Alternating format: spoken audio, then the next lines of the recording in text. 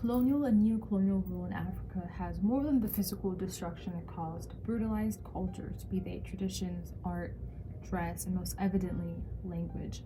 For colonial rule to maintain the physical and mental stranglehold that it had on Africans, it had to promptly impose on Africa its own culture and way of life, thereby legitimizing European presence and making itself the standard for greatness. Like Fanon put it, the colonized is elevated above its jungle status in proportion to its adoption of the mother country's cultural standards.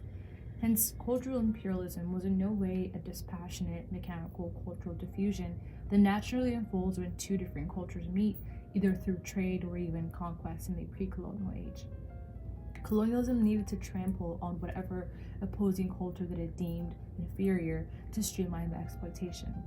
Like Georges Derme said in L'Afrique Occidentale, colonization is the propagation of the highest form of civilization yet conceived and realized, the perpetuation of the most talented race, the progressive organization of humanity, the scientific mise en valeur of the planet. In the African context, the deliberate denigration of African cultures not only dominated but almost assumed a personal position of ire against those subjugated and, quote, presented itself as the cure, unquote, to the same ills engendered by its presence. It successfully convinced the dominated that what the dominated had been practicing and doing for years is backward and barbaric.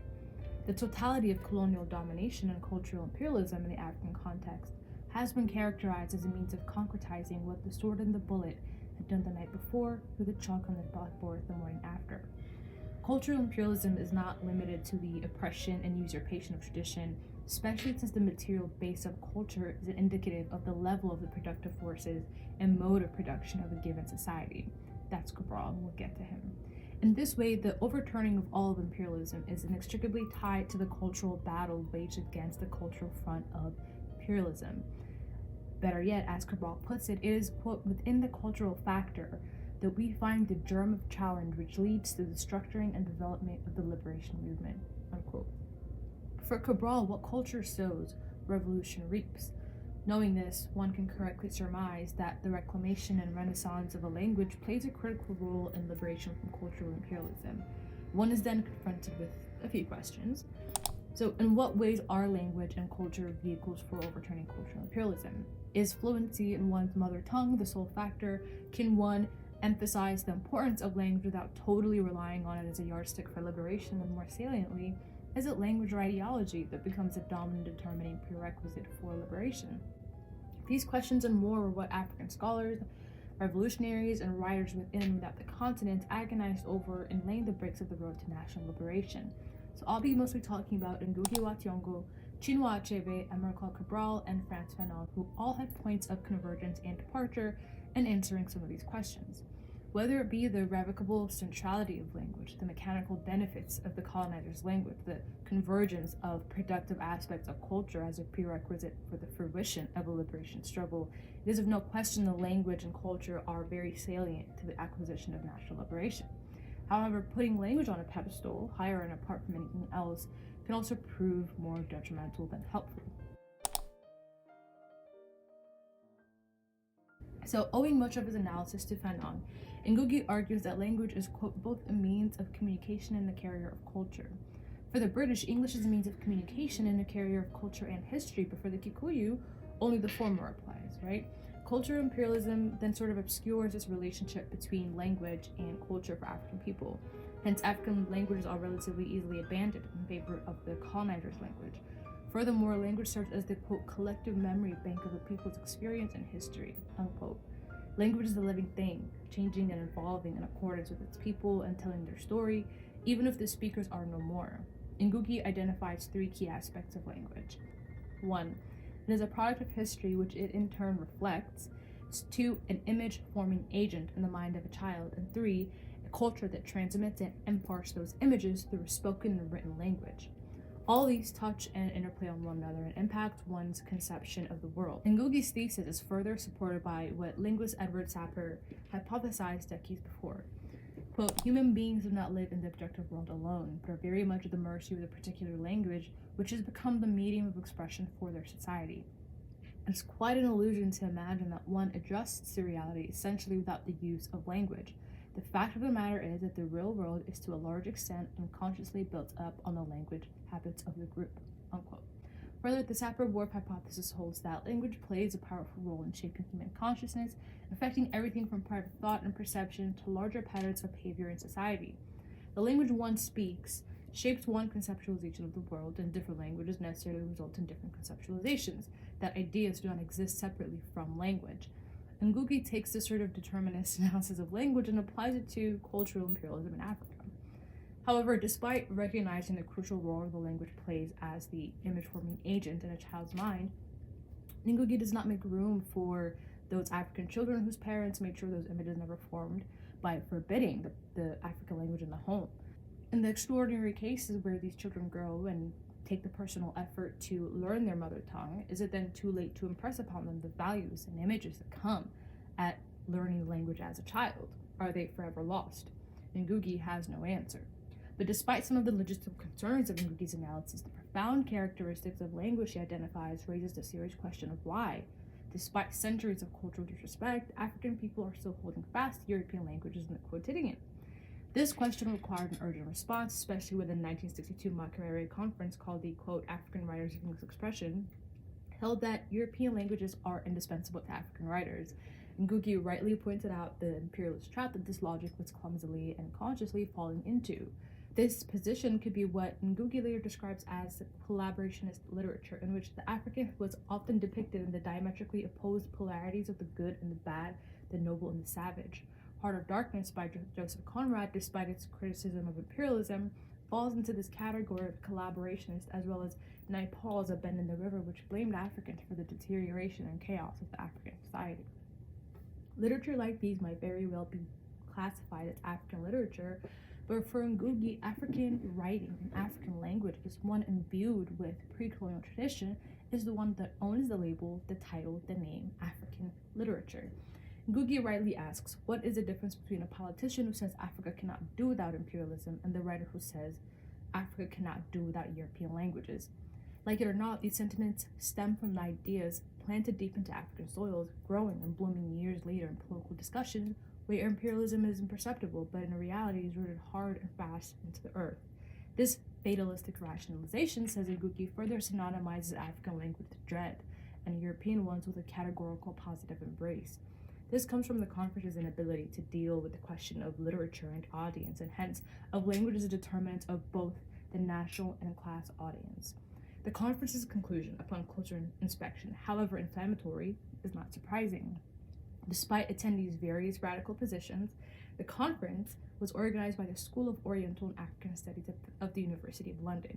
It is predisposed to pushing the English language in whatever means it can, especially in the era of sweeping independence. The rationalization of this conference closely follows Chinua Achebe's position that when it comes to African or European languages, it has always been a matter of both, not either or.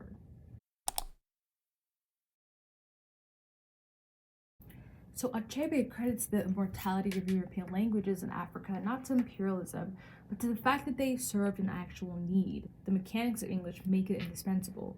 Achebe attempts to complicate Ngũgĩ's assertion that imperialism is the root cause of the uprooting of African languages, that the matter of language is not so black and white or Manichaean as Achebe characterized it. Achebe cites scenarios during colonialism in which the British allowed indigenous languages rather than English for instruction, for example. Achebe disagrees with Ngũgĩ on the grounds that for some African groups, the colonizers' language was not imposed the same way it might have been during Ngũgĩ's upbringing. However accurate, the problem is that this thinking depends on a scenario where most African and other colonized societies simply preferred English, when history shows that the mastery of the colonizers' language opened doors previously locked shut and warded against African people. This preference for the English language that Achebe described does not consider the inextricable relationship of language and upward mobility, that, quote, one is white above a certain financial level, unquote. The maddening nature of imperialism is that it creates a society in which its own devices, in this case language, seem indispensable no matter how egregious its action against any given people and their culture. And this preference Achebe refers to as illusory if the choice was between poverty or wealth. Achebe's position stands on the understanding that language is no more than a tool to convey a thought or message to another. Naturally, Achebe concedes that if, quote, Nigeria wishes to exist as a nation, It has no choice in the foreseeable future but to hold its more than 200 component nationalities together through an alien language, English, unquote. For Achebe, however unfortunate, the utility of the English language outweighs whatever disdain one might have for the history attached to it. Further, playing or politicking with language is a way to, quote, conceal the reality and the complexity of our situation from ourselves and from those foolish enough to put their trust in us, unquote. Essentially, the question of language is not one worth our time, or worse, the question of language has never been an issue seriously engaged because it is, quote, a handy whipping boy to summon and belabor when we have failed in some serious way, unquote. Language surely is a political question, but it is in fact this very point that makes Achebe cringe away from it as a non-problem that he'd rather not deal with. Achebe's apprehension is understandable given the complexities and violent linguistic division can engender in Africa. I get it, I'm from Ethiopia. What is curious, however, is how Achebe manages to assert the indispensability of the colonizer's language, while agreeing the language can indeed be a carrier of culture and determinant of how one may view the world. How can one separate the culture of the English language from its utility, especially if it is a matter of a foreign language being opposed at the expense of your own? Should not this at the very least complicate Achebe's view of English as a problem that needs solving rather than a necessary evil? Ngũgĩ confronts this issue by emphasizing this historical crux of the matter. He says, the quality of the encounter between languages both in the past and in the world today, and hence the dominance of one aspect over the other at a given time, has been determined by the presence or absence of independence and equality between the nations involved. Ngũgĩ asks if languages under the conditions of imperialism are meeting on terms of equality and independence. If the answer is no, then it becomes impossible to separate the utility and the culture of that dominating language. Hence, the, quote, choice of language and the use to which language is put is central to a people's definition of themselves in relation to their natural and social environment, indeed in relation to the entire universe, unquote. If one's relationship to one's own language is compromised, and the ability to truly self-define is in turn compromised, this untethering to each other and nature was a natural requirement for the maintenance of colonialism and imperialism. For Ngũgĩ, the question of language served as the starting point to the war waged against cultural imperialism. However, a quick gander of the reality of the African situation when it comes to the depth and diversity of languages and the violence that stems from this diversity proves this praxis dead on departure.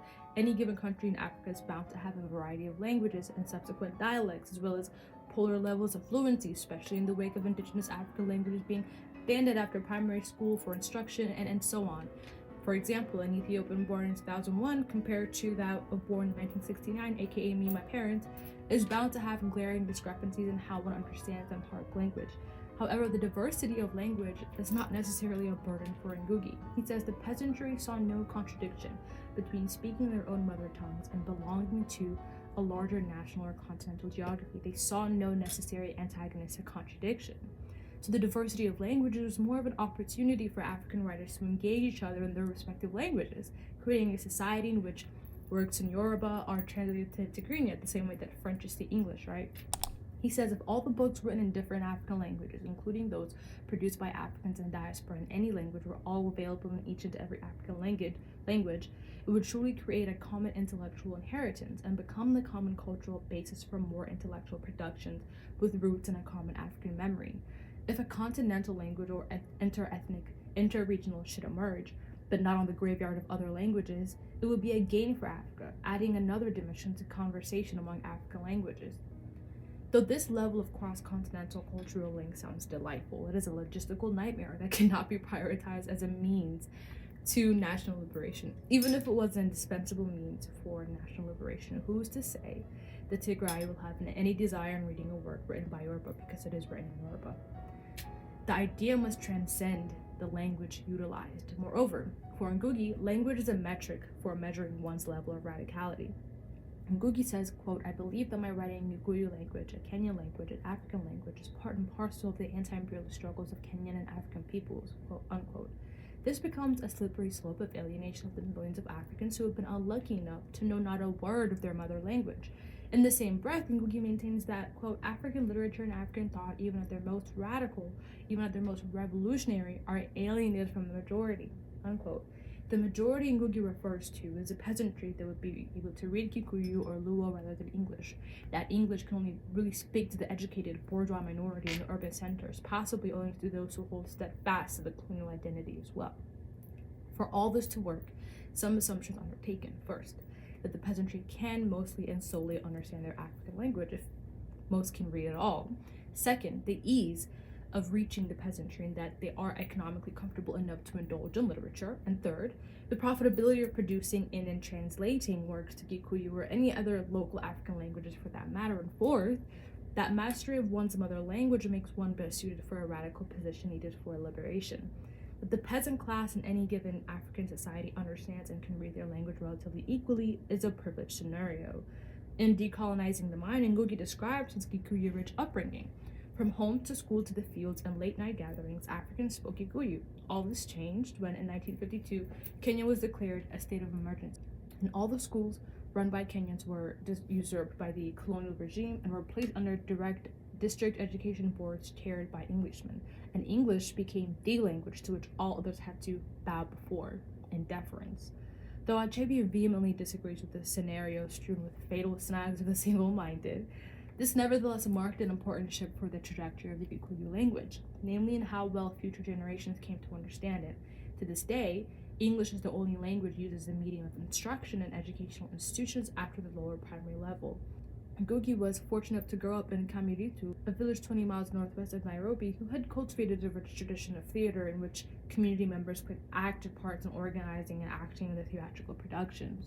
It cannot be confidently asserted that this experience was a universal African one, or even a common one. In fact, imperialist domination has made something as fundamental as language a point of vitriolic hatred and violence between the different ethnic groups in Africa, groups that now find themselves forced together in a new country with a neo-colonial government that might as well be completely foreign. It is a fine line between language as the basis for liberation and aggressive division.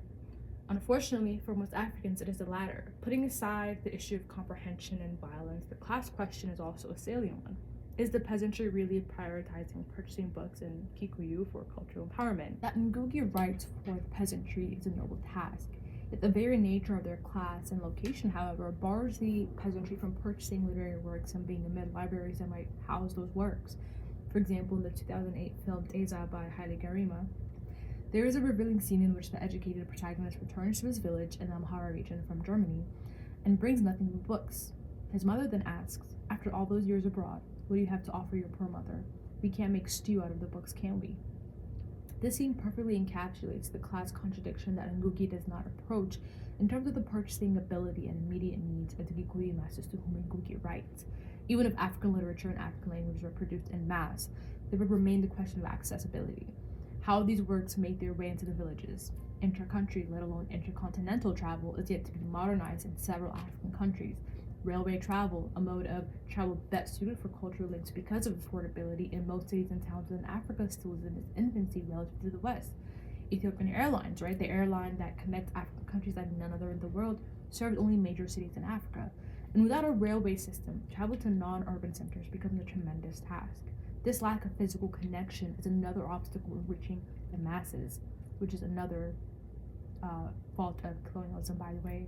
Look at how Europe underdeveloped Africa by Walter Ronnie talks about the very way that roads were built during colonialism were literally built so they were extractive, so it wasn't necessarily connecting different areas of Africa, but was just built so that goods would just be flowing out of Africa. So what Africans are left with is not something that you can actually use to connect the city or connect countries together. It was not good for unity. But removing the logistics of reaching the peasants, there is also a lack of disposable income, for example, to spend on literature. This is not to say that Ngugi's arguments are wrong, but rather to emphasize the economic conditions that are engendered by imperialism that must first be resolved before Africans can spend energy on invigorating the various African languages and building new traditions around them. That task that would take more than a lifetime, for sure. And Ngugi might agree with the sentiment that to translate is to betray, specifically from an African language to European, that the constant enriching of a colonizer's language that African writers unwittingly partake in is an act of betrayal. The translation between African languages themselves demonstrates a level of unity that's proven elusive for Africans historically. Naturally, then, Ngugi sees this as a symbol of not only reclamation of language, but of self. What one is confronted with, then, is the, quote, complexity of book production in many languages that often turns cost-benefit analyses against local languages, unquote. Imperialism had done such a number on Africa and its languages. There is more demand for works written in foreign languages than is for local ones within the continent itself. That is demand set by the African landed gentry. This robs African people of what other non-colonized languages have experienced and moreover disorientates African writers away from Africa. It is in this context, Ngugi writes, quote, "We African writers are bound by our calling to do for our languages what Spencer, Milton, and Shakespeare did for English, what Pushkin and Tolstoy did for Russian. Indeed, what all writers in world history have done for their languages by meeting the challenge of creating a literature in them, which process later opens the language for philosophy, science, technology, and all the other areas of human creative endeavors. The need to enrich, develop, and build traditions around written African languages is a matter of great import. Language is, after all, the foundation of civilization, the glue that holds people together, and the first weapon drawn in a conflict." That's from Arrival. The onus of developing the great languages of Africa naturally falls to African writers. Ngugi is correct in this respect. However, the barrier to this reality is the economic nature of imperialism itself. No task can be undertaken without a promise of a profit at excessive margins, because demand is still dominated and set by colonizer nations globally and still have monopoly over what and how much of those goods get produced. Book production in native African languages will perpetually be an unprofitable task. Not to mention that the African population is greatly augmented by the size of the diaspora, a diaspora that is less and less likely to know how to read African languages.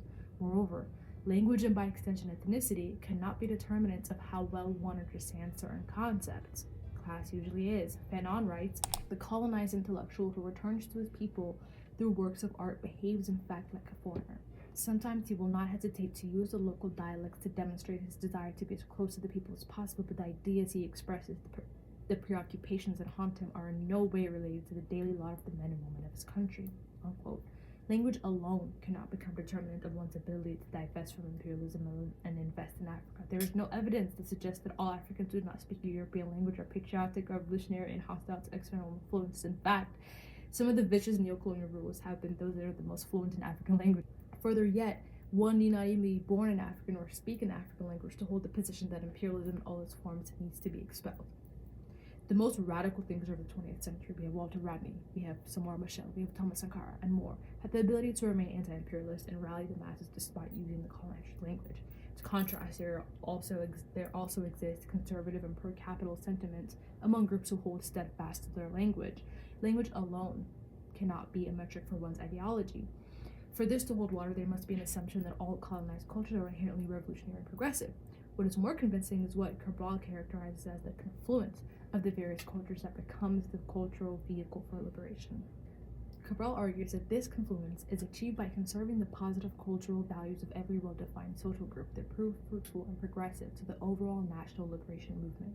Cabral differs profoundly from Ngugi in this respect. Cabral recognizes that the preservation and expression of culture or language is itself not a driving force or liberation. There simply are regressive aspects of some cultures that will do nothing but harm the national liberation movement. In this way, not only does one avoid the dominance of one culture as the beacon of freedom, but achieves an amalgamation of various cultures, eventually coalescing into the national culture.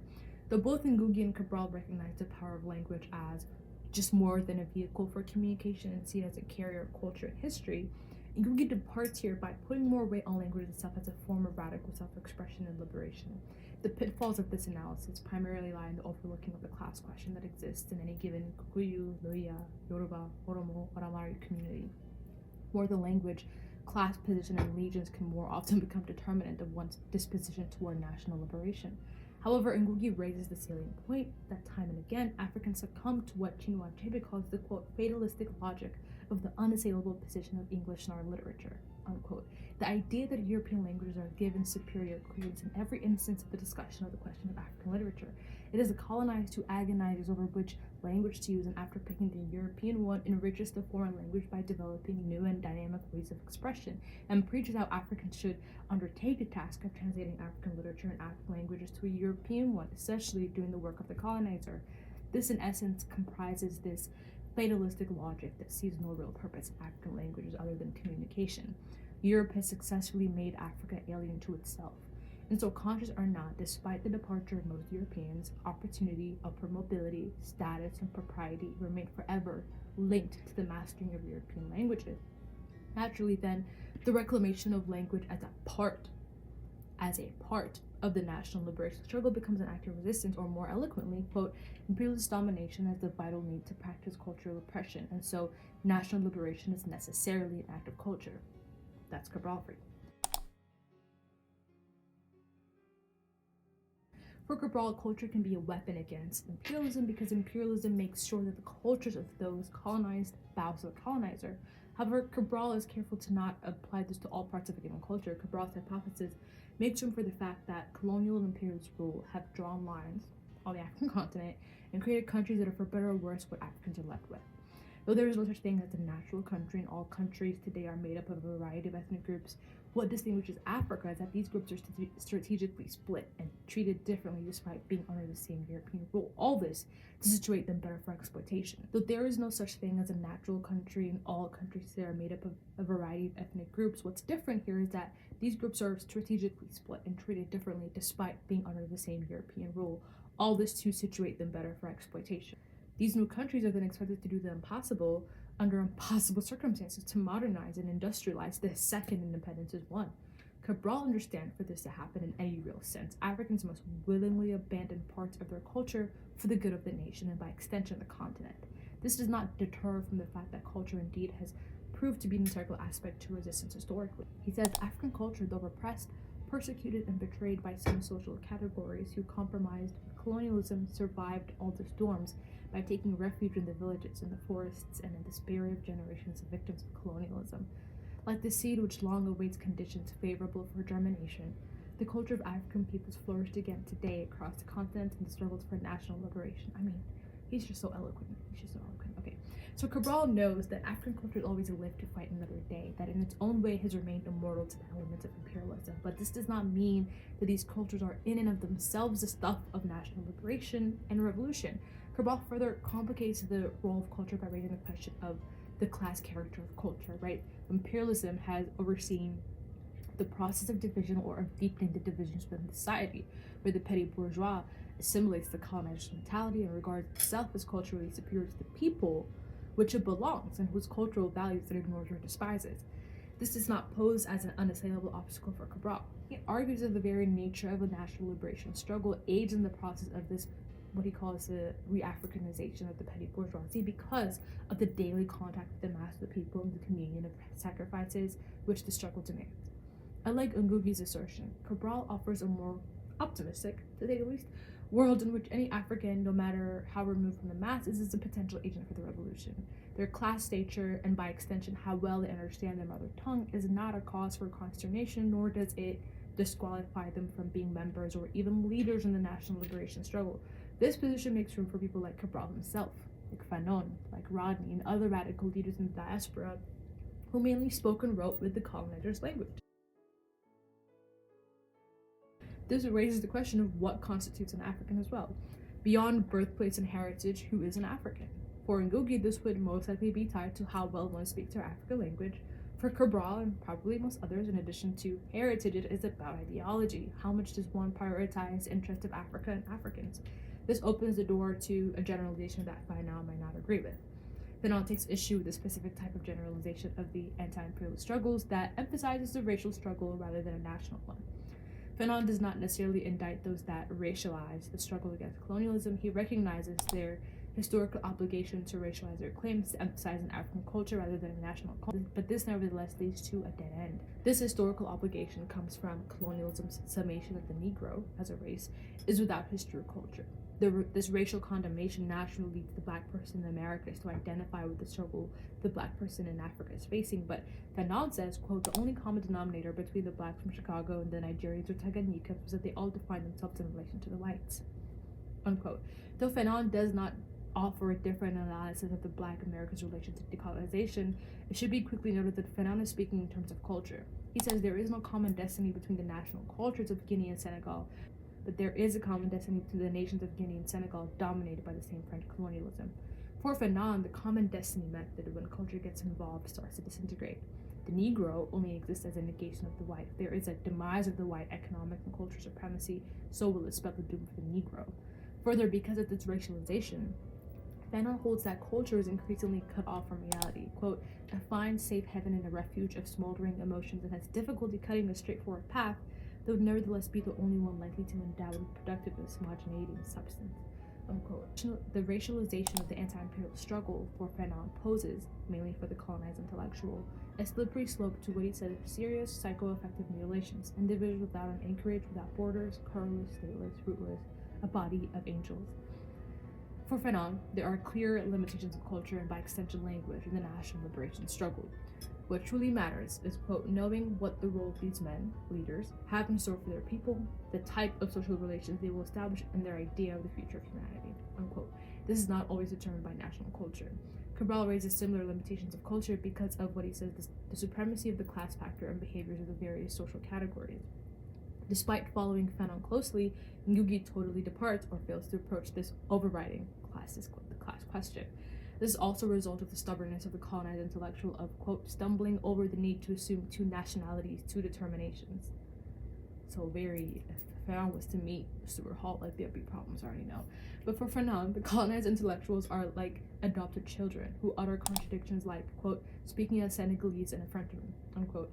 For Fanon, one cannot successfully live in two worlds or two determinations, especially if one identity is incumbent on and owes what it is, the subordination of the other. The anathema to national liberation is both the universalization of an identity and the incessant attachment to the colonizer's identity, an attachment stemming from an unfounded optimism of transforming or making use of the colonizer's culture for one's own purpose. This is the same optimism exhibited by Achebe and even Thomas Sankara when it comes to the use of the colonizer's language.